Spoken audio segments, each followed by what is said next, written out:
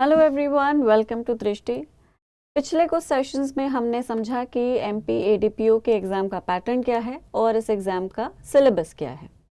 अब सिलेबस बहुत कॉम्प्लिकेटेड और बहुत लेंथी है, तो सबसे इम्पॉर्टेंट पहलू, इतने लेंथी डिटेल्ड सिलेबस को प्रिपेयर कैसे करें। ये अपने आप में एक चैलेंज है, क्योंकि सिलेबस में ज़्यादातर ऐसे लॉज हैं जो और किसी स्टेट में नहीं पूछे जाते। इनकी किताबें भी आसानी से नहीं मिलती, बुक्स जिससे आप प्रैक्टिस कर सकें। तो द पार्ट कि भाई इनकी तैयारी कैसे करेंगे becomes the most complicated part of this exam, कि इनको कैसे प्रिपेयर करें, इनको कहाँ से प्रैक्टिस करें, इनके लिए कौन सी किताब लेकर आएँ, किताब उठाएं या बेयर एक्ट उठाएं, कितना पढ़ें। बाकी जो यूजुअल सब्जेक्ट्स हैं, जो सब्सटैंटिव लॉज हैं, जो लगभग सभी एग्जाम्स में कॉमन रहते हैं, उनका तो एक बेसिक आइडिया होता है ना, कि ये कंसेप्ट इम्पोर्टेंट है एग्जाम पॉइंट ऑफ व्यू से, प्रीलिम्स पॉइंट ऑफ व्यू से, इंटरव्यू पॉइंट ऑफ व्यू से या मेंस के पॉइंट ऑफ व्यू से। अब थैंकफुली इस एग्जाम में मेंस तो नहीं है, it's just the objective type paper और फिर उसके बाद इंटरव्यू है। लेकिन सिलेबस इतना ज़्यादा है कि ये एक कनंड्रमिक कॉम्प्लिकेशन बच्चों को परेशान कर सकता है। इसीलिए ये सेशन कंडक्ट करवाया जा रहा है, ताकि आपको मैं अच्छे से समझा सकूं कि आप इस एग्ज़ाम को कैसे प्रिपेयर करेंगे। ठीक है, तो कॉपियां सब खोल लीजिए, शुरू करते हैं। अब एमपी एडीपीओ का एक बहुत क्रूशियल पॉइंट जो मैंने आपसे पिछले सेशन में भी डिस्कस किया था, कि इस एग्जाम में कुछ भी ओवरली कॉम्प्लिकेटेड या अनकन्वेंशनल नहीं आता है, और ये आपका सबसे बड़ा एडवांटेज है। कोई एक्सेसिवली डीप कंसेप्चुअल क्वेश्चन नहीं आएगा। जो भी आएगा या तो डायरेक्ट होगा, बेयर एक्ट से पूछा जाएगा, बहुत कन्वेंशनल या स्ट्रेट होगा, किसी ऐसे कंसेप्ट से पूछा जाएगा जो आपने पढ़ा ही होगा किसी ना किसी एग्जाम की तैयारी में, क्योंकि आप ग्रेजुएट भी हैं, आपको वो कंसेप्ट आता होगा। या फिर कोई ऐसा जजमेंट जो इतना लैंडमार्क है कि वो आपके सिलेबस का एक इनहेरेंट पार्ट रहा ही होगा। द पॉइंट इज कि एमपी एडीपीओ आपको उन लाइंस पे टेस्ट नहीं करता जो कि अनकन्वेंशनल हैं या थोड़ी एनालिटिकल वे में चली जाती हैं, जैसे सीबीआई का एग्जाम होता है ना। So the point is not कि मैं ये किताब उठा लूँ, ये कमेंट्री उठा लूँ, यहाँ से पढ़ लूँ, वहाँ से पढ़ लूँ, एक एक सेक्शन को डीप में जाके पूरा रिसर्च कर डालूँ। नो, कमेंट्री टेक्स्ट बुक नहीं पढ़नी, बेयर एक्ट ही पढ़नी है। बेयर एक्ट से ही सवाल आएगा और बेयर एक्ट ही आपको इस एग्जाम को क्वालिफाई भी करवा देगा। लेकिन वही है कि बेयर एक्ट को भी पढ़ने का तरीका होता है। ठीक है, बेयर एक्ट को पढ़ने का ये मतलब नहीं कि आप सेक्शन रटने लगें, हर वर्ड को अंडरलाइन करें, एक एक वर्ड का मीनिंग निकालें, पूरी बेयर एक्ट को इस तरह से उस पर पेंटिंग कर दें, जैसे कि हम कर भी देते हैं अपनी अपनी बेयर एक्ट्स पे, कि ओरिजिनल जो टेक्स्ट है ब्लैक लेटर लॉ वो ही आपकी पेन की स्याही में कहीं खो जाए। ऐसा ना करें, आपको कुछ चीज़ों का ध्यान रखना है। तो सबसे पहले हम बेयर एक्ट ही, क्योंकि आपका मेन रिसोर्स है, तो इसी को रीड करने के मेथड को हम समझेंगे, जो कि हमारी स्ट्रैटेजी का एक सबसे इम्पॉर्टेंट पार्ट है। तो लेयर 1 स्केलेटन, सबसे पहले आप बेयर एक्ट का ऑब्जेक्ट, एक्ट की स्कीम और किस चैप्टर में क्या आता है। ठीक है, this is the layer 1। Layer 1 में आपको स्केलेटन पे काम करना है, उसकी body, objective, scheme and chapters. ये है उसकी ओवरऑल बॉडी। ठीक है, उसके बाद लेयर 2 में वो सेक्शंस, ट्रिगर सेक्शंस, वो सेक्शंस जो शैल, मे, प्रोवाइडेड, एक्सेप्ट जैसे वर्ड्स को कैरी करते हैं, वो स्पेशली इंपॉर्टेंट हो जाते हैं, और जनरली इन्हीं सारे सेक्शन से सवाल बनते भी हैं। You know, these words hold a very important. Layer 2,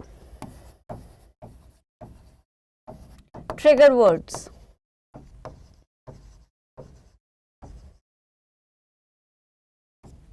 sections में कुछ वर्ड्स का इस्तेमाल किया जाता है, जैसे shall, may, provided, except that, notwithstanding. इन सारी चीज़ों पे एक्स्ट्रा ध्यान दें, क्योंकि यहीं से सवाल भी बन जाता है। तो जब भी आप सेक्शन पढ़ रहे हैं, pay special attention to these words कि इन वर्ड्स का कॉनोटेशन उस सेक्शन में क्या है, ठीक है। फिर लेयर 3 कन्वेंशनल कॉन्सेप्ट्स।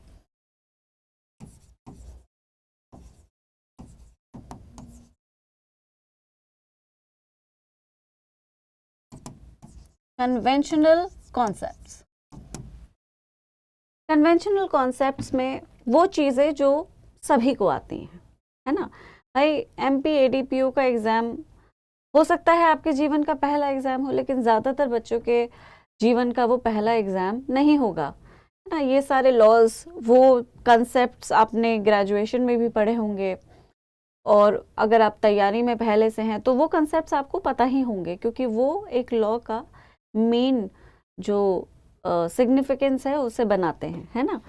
तो आईपीसी में जैसे इंटेंशन वर्सेस नॉलेज, राइट, या फिर कल्पेबल होमिसाइड वर्सेस मर्डर, है ना। तो ये सारे कंसेप्ट्स तो कुछ बड़े कॉमनली नोन कंसेप्ट्स हैं, हर कोई समझता है।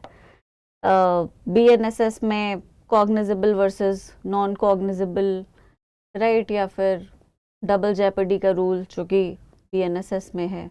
बेसिक स्कीम, वारंट का क्या प्रोसेस, वारंट के जो केसेस हैं उनका क्या प्रोसीजर होता है, राइट। तो और एविडेंस में आप बर्डन ऑफ प्रूफ, है ना, एडमिसिबिलिटी ऑफ एविडेंसेस या एडमिसिबिलिटी ऑफ फैक्ट्स। कॉन्स्टिट्यूशन में part 3, part 4, executive part 5 also to an extent. तो ये सारे जो कंसेप्ट्स हैं ये होते ही इम्पॉर्टेंट हैं, ये होते ही इम्पॉर्टेंट है। जब आप लॉ पढ़ रहे होते हो किसी भी एग्जाम के लिए, तो आप इन्हें पढ़ते ही हैं, आपको पढ़ाए ही जाते हैं ये।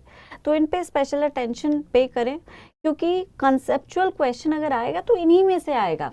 कुछ भी ऐसा फार फेचड अनकन्वेंशनल सा कुछ क्वेश्चन उठा के आपको नहीं दे दिया जाएगा जिसे पढ़ के आप एकदम कंफ्यूज हो जाएंगे, अरे ये क्या है, ये तो मैंने ध्यान से नहीं पढ़ा, या फिर ये तो सर ने या मैडम ने नहीं पढ़ाया।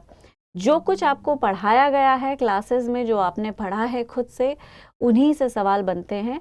कंसेप्चुअल पार्ट जो है एमपी एडीपीओ के एग्जाम का, वो एक्सट्रीमली प्रेडिक्टेबल और इजी है ना। लेयर 4 पे आते हैं। लेयर 4 में है जजमेंट्स, जो कि 2 कैटेगरी में फॉल करेंगे, landmark and current. Landmark judgment वही है जो सबसे ज़्यादा नोन है, वो आपने पढ़े ही होंगे, आपके नोट्स में होंगे 100%, है ना। मेनका गांधी, मिनर्वा मिल्स, केशवानंद, गोलकनाथ, पकला नारायण स्वामी, तरह के जजमेंट्स आपको पता ही होंगे, क्योंकि आपको पढ़ाए गए हैं, आपने खुद पढ़े हैं, तो आपकी किताबों में हैं, आपके नोट्स में हैं, सब जगह हैं।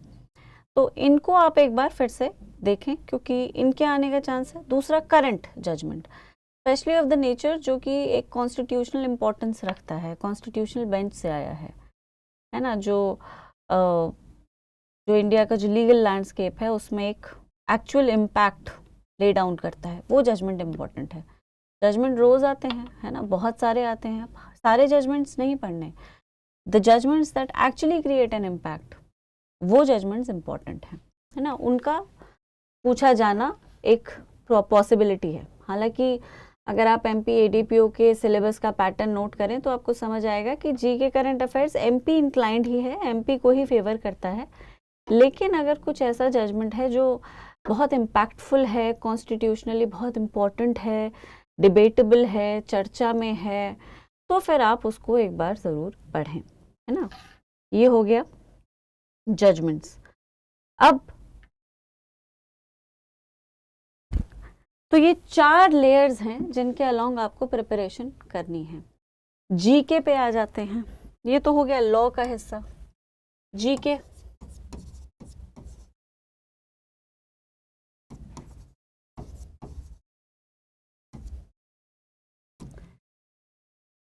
जीके जो है, जैसे कि मैं पहले भी बता चुकी हूँ कि एमपी को ही फेवर करती है, ठीक है। तो आपको एमपी रेस्ट्रिक्टेड जीके, एमपी का इतिहास, एमपी का भूगोल, एमपी का पॉलिटिकल लैंडस्केप, एमपी का जुडिशियल लैंडस्केप, ये सब आपको बहुत अच्छे से पता होना चाहिए, क्योंकि मेजॉरिटी क्वेश्चंस वहीं से आएगा, ठीक है। तो आप उसको सब्जेक्ट की तरह ना पढ़ें, डेटा सेट की तरह पढ़ें। जैसे हर चीज़ को एक फॉर्म में पढ़ें, नाम हो गया, एसोसिएशन हो गया, लोकेशन हो गया, राइट। फॉर एग्जाम्पल ट्राइब है तो कौन सी डिस्ट्रिक्ट से है, डांस है तो कौन सी ट्राइब का है, रिवर है तो ओरिजिन क्या है, कोई पार्क है तो कौन सी डिस्ट्रिक्ट में है।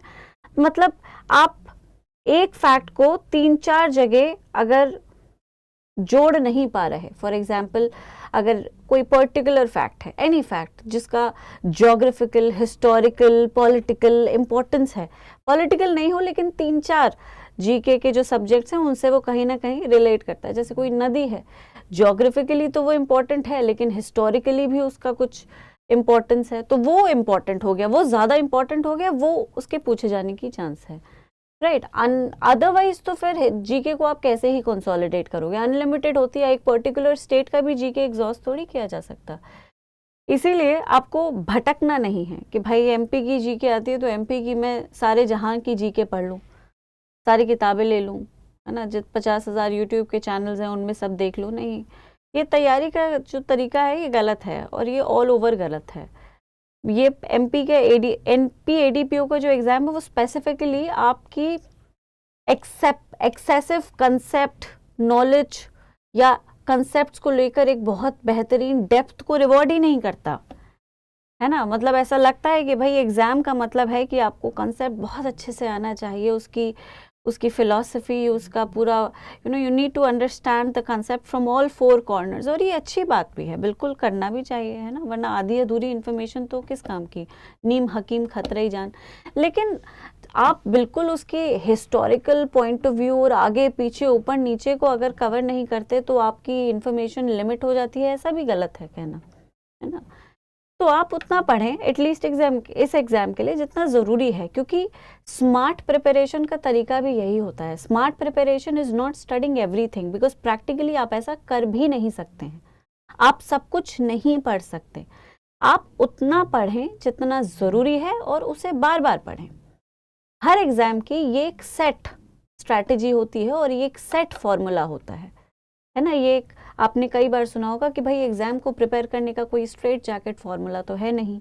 हर एग्ज़ाम का अपना सिलेबस है, पैटर्न है, हर एग्ज़ाम में स्ट्रैटेजी चेंज हो जाती है। सही बात है, बिल्कुल हो जाती है, लेकिन कुछ स्ट्रैटेजीज़ यूनिफॉर्म बनी रहती हैं और उनमें से एक ये भी है कि अतः ना पढ़ें, भटके ना पढ़ाई में, रिसोर्स को एक्यूमुलेट ना करें, सिर्फ उतना पढ़ें जितना ज़रूरी है, सिर्फ वहाँ से पढ़ें जहाँ से समझ पा रहे हैं और उसे बार बार पढ़ें। आप इतना भी कर लेंगे, ये बेयर मिनिमम एफर्ट नहीं है, इसको करने में भी मेहनत जाती है।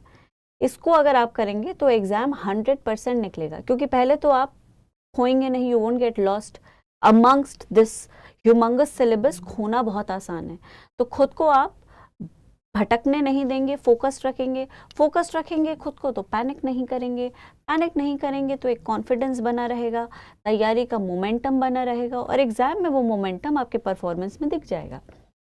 तो इसीलिए कमेंट्री टेक्स्ट बुक्स को ना उठाएं, बेयर एक्ट से जुड़ें। कुछ बेयर एक्ट्स जो हैं वो लेंदी हैं, उनमें आपको समय लगेगा, ये आपको पता भी है कि कौन कौन सी हैं, वो हम ऑलरेडी डिस्कस कर चुके हैं। इससे पहले जो मैंने सेशन लिया था, जब मैंने एग्ज़ाम के सिलेबस को आपको समझाया था, तो मैंने बेयर एक्ट्स को बांटा था कि भाई इन बेयर एक्ट से सबसे ज़्यादा क्वेश्चंस आते हैं, कंसेप्चुअल आते हैं क्वेश्चंस, बाकी से मोर और लेस स्ट्रेट क्वेश्चंस आते हैं। बिल्कुल कुछ बेयर एक्ट्स ऐसी हैं जो एक ही दिन में आप जिन्हें ख़त्म कर सकते हैं, बहुत टाइम नहीं लेंगी। तो despite the number of bare act, सारी बहुत ज़्यादा लेंथी या डिटेल्ड नहीं है, कुछ बहुत छोटी हैं और बहुत स्ट्रेट फॉरवर्ड हैं, रूल्स की तरह हैं। उन्हीं को अगर आप 2-3-4 बार पढ़ लेंगे तो रूल्स की तरह याद हो जाएगा, है ना। बिल्कुल कुछ रूल्स जो होते हैं ना वो स्वतः ही याद हो जाते हैं। जैसे सड़क पे अगर चलना है तो सीट बेल्ट लगानी ही पड़ेगी अगर 4 व्हीलर है, तो नहीं हेलमेट पहनना पड़ेगा अगर 2 व्हीलर है। ये एक रूल है जो लोगों के दिमाग में बैठ गया है। ज़्यादातर जो बेयर एक्ट्स एमपी एडीपीओ के सिलेबस में है वो इसी तरह से है ना। उनकी डीप फिलॉसफी कंसेप्ट में गहरा उतरने की आपको ज़रूरत है नहीं, आप उतना पढ़ें जितना ज़रूरी है। अब कहाँ से पढ़ें ये एक सवाल है। बेयर एक्ट तो है ही, बट अगेन गाइडेंस के लिए कुछ तो ज़रूरी है। तो आपको मैं पहले भी बता चुकी हूँ कि दृष्टि एमपी एडीपीओ का कोर्स लॉन्च कर चुका है। We have launched our course, ठीक है। और ये कोर्स जो है वो आपकी रिक्वायरमेंट को पूरी तरह से कवर करता है। इस एग्ज़ाम का जो सबसे डिफरेंस क्रिएट करने वाला पॉइंट है वो ये है कि इसमें माइनर एक्ट्स बहुत सारे हैं, है ना। तो ज़्यादातर जगह पे आप देखेंगे कि मेजर लॉस को तो समझा दिया जाता है, लेकिन माइनर लॉस पे उतना एम्फेसिस नहीं दिया जाता, क्योंकि एफर्ट बहुत चला जाता है ना, और हर कोई उतना एफर्ट देने को राज़ी नहीं, शायद जो भी है कारण उनका। बहरहाल इस कोर्स में आपको माइनर एक्ट्स बिल्कुल उसी डिटेल में पढ़ाए जाएंगे जिस डिटेल में आपको मेजर एक्ट्स पढ़ाए जा रहे हैं, क्योंकि हमें पता है कि भाई ये पूरा सिलेबस है, तो पूरा syllabus, major laws, minor laws, सब कुछ। अच्छा, मटेरियल कहाँ से आएगा, किताब कहाँ से आएगी? किताब आपको दे दी जाएगी। जितने भी इन लॉज के नोट्स हैं वो आपको पीडीएफ फॉर्मेट में अवेलेबल करवा दिए जाएंगे। तो ऐसा भी नहीं कि आपको सिर्फ बेयर एक्ट ही रटनी है, you would have proper notes जिनसे आप सेक्शंस को समझ सकें। सेक्शन को अगर समझ जाएंगे तो उसको रिटेन करने में आसानी रहेगी, है ना, क्योंकि बहुत सारा सेक्शन है, कितना ही रट लोगे। सो आपको नोट्स प्रोवाइड किए जाएंगे। अब आता है भाई प्रैक्टिस। इन सारे लॉज की तो प्रैक्टिस किताबें भी नहीं आती, अगर होंगी भी तो वो पुराने जो प्रीवियस ईयर क्वेश्चन पेपर्स होते हैं उन्हीं को करना पड़ेगा, उनमें तो कितने ही क्वेश्चन होते हैं। तो आपको MP specific, law specific test provide किए जाएंगे, जिसमें आप इन सब सब्जेक्ट्स को यूनिफॉर्मली लगातार प्रैक्टिस कर सकते हैं। जीके पे आते हैं। जीके एमपी रेस्ट्रिक्टेड है ना, एमपी की ही जीके सबसे ज़्यादा पूछी जाती है। तो आपके जीके के जो टेस्ट का पूरा सेट है, उसमें कुछ सेट सिर्फ और सिर्फ एमपी की ही जीके के हैं। साथ में आपके पास पीडीएफ के नोट्स भी हैं, तो आपको 10 किताबें नहीं लेनी, आपको बस एक ही जगह आना है। यहाँ पे आपको टेस्ट भी दे दिए जाएंगे, पूरा सिलेबस भी पढ़ा दिया जाएगा, साथ में नोट्स भी प्रोवाइड कर दिए जाएंगे। अब इससे ज़्यादा कन्वीनियंट तो देखें कुछ हो नहीं सकता। There is nothing more convenient than this, right. आपको कुछ फोरेज नहीं करना, आपको किसी भी बुक स्टॉल पे या बुक सेलर पे नहीं जाना और उसे पूछना भाई ये किताब दे दो। No, you just have to come here. आपको पढ़ा दिया जाएगा, प्रैक्टिस भी करा दी जाएगी, आपको एग्जाम भी दिलवा दिया जाएगा, टेस्ट भी दिलवा दिया जाएगा, आपको नोट्स भी दे दिए जाएंगे, ठीक है। तो ये आपका वन स्टॉप सोल्यूशन है of everything that you are required to do for this exam. तो टाइम ना वेस्ट करें, ये एग्ज़ाम बहुत अच्छा एग्ज़ाम है और बहुत अच्छी अपॉर्चुनिटी है, स्पेशली जब जुडिशरी के लिए 3 साल मैंडेटरी हो गए हैं। तो इस तरह के एपीओ के, एडीपीओ के एग्ज़ाम बहुत अच्छे हैं आपके अपॉर्चुनिटी के पॉइंट ऑफ व्यू से। तो इस एग्ज़ाम को मिस ना करें। 200 से ऊपर वैकेंसीज आने का चांस है।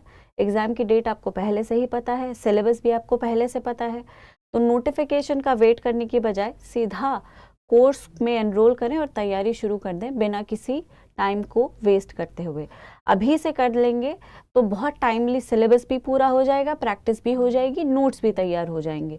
रिवीजन करने का एम्पल टाइम जब मिल जाता है इस तरह के एग्जाम्स में, तो कॉन्फिडेंस जो है वो बना रहता है।